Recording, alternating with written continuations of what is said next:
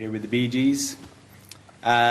50 years, very long time. Well, it's a lifetime. Does it feel like a long time? Some people don't live that long. It is, yeah, it is. And we're very proud of it. And we're celebrating, beginning this year. This is the beginning of our 50th anniversary. Right.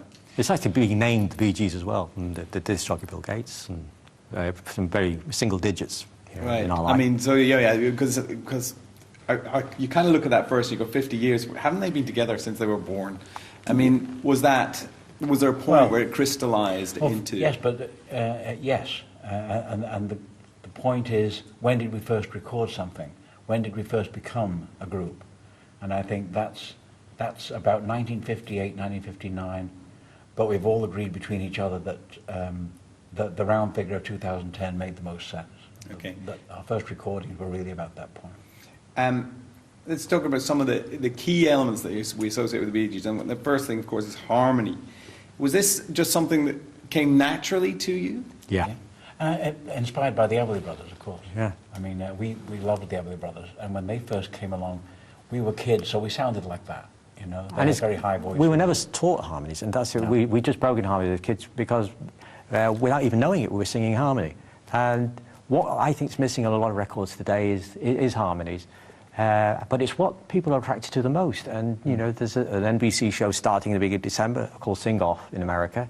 And there's groups in there doing our song in harmony because they have no real reference points today to choose on, because when you do all the records. So if that's true, then they will have. Yeah. There was always a challenge to sing in harmony when we were kids. That challenge isn't there, or it should be there, and it will be. Are your voices naturally different? Did they occupy different parts of the register, or were you forced into parts of the register? You know the way, because one person's taking another part. Well, I felt comfortable. Yes. Remember, we come from an age where experimentation, with not just us, but a lot of groups, was nil the norm. But as far as how it worked harmonically, Robin would sometimes take lead, or I would sometimes take lead. Maurice always found that third part.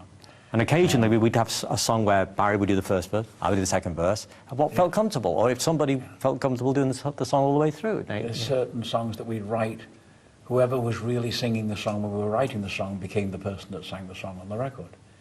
We kept that natural flow through there. It wasn't a question of, okay, this is a good song, who should sing it? That never came up.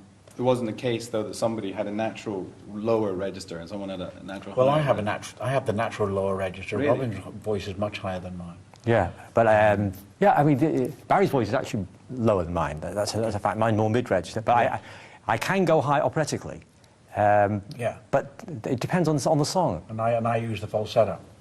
I reach the top of my range about D, and then but I found that my falsetto is exactly the same range, but an octave higher. Okay, so. Let's talk about that falsetto, because that's one of the other things that defines the BeeGees in the sort of popular imagination. Yeah. Nights on Broadway is famously the place where it's introduced into. Actually, the first time was Please Read Me on the BeeGees. Which is BeeGees first in 1967. But then, you know, that's the very early days. And when it came into actual real being was in 1976.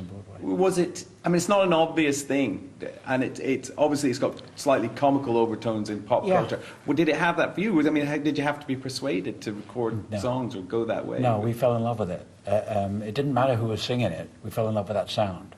But for us, it was Frankie Valli and Brian Wilson and the New Beats.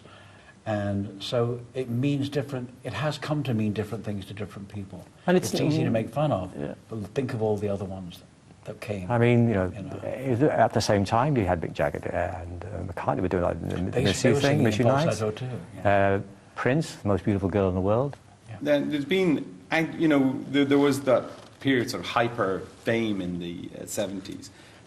But actually, over the 50 years, it's been up and it's been down, and the styles have changed. Yeah. And at the core of all of that is the songwriting.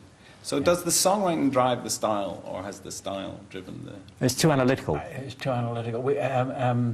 We just drive our own music. Yeah, we don't know what the formula is. We don't know what we're going to write next. Or we didn't know what we were going to write then. I mean, you've got to remember, when we've been doing all this stuff, we're coming from nowhere. There's no reference points, no compass to who. We weren't trying to go out there and copy one. We're trying to be a first. And that's not the same as, you know, when looking back and copying. Find something new, find something new. So here you are with this anniversary, working as the two of you as the BeeGees. Yes. Are you going to work together musically to write? Oh, of course. Oh, absolutely. Because now the grieving has come to an end now. For Maurice, we'll always yeah. miss Mo, and we'll always miss Andy, and we'll always miss our dad, and things like that, you know. But we all have to go on with our lives, and Robin and I love each other. We still love making music together. At the end of the day, we have the most successful catalogue in the world, alongside Lennon McCartney, according to PRS this week and last year. There's no reason why we shouldn't just keep moving. We're celebrating that.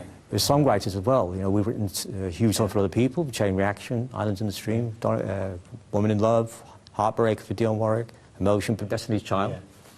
We have parallel careers, really, in terms of songwriting, and that's what we're really proud of. And the American market, which comes to very few British acts. And hearing our songs in films being made today, and the new Shrek movie coming out next year, and it's great. They're using all our songs all the time. And the American market is the biggest market in the world, and it's a fabulous feeling.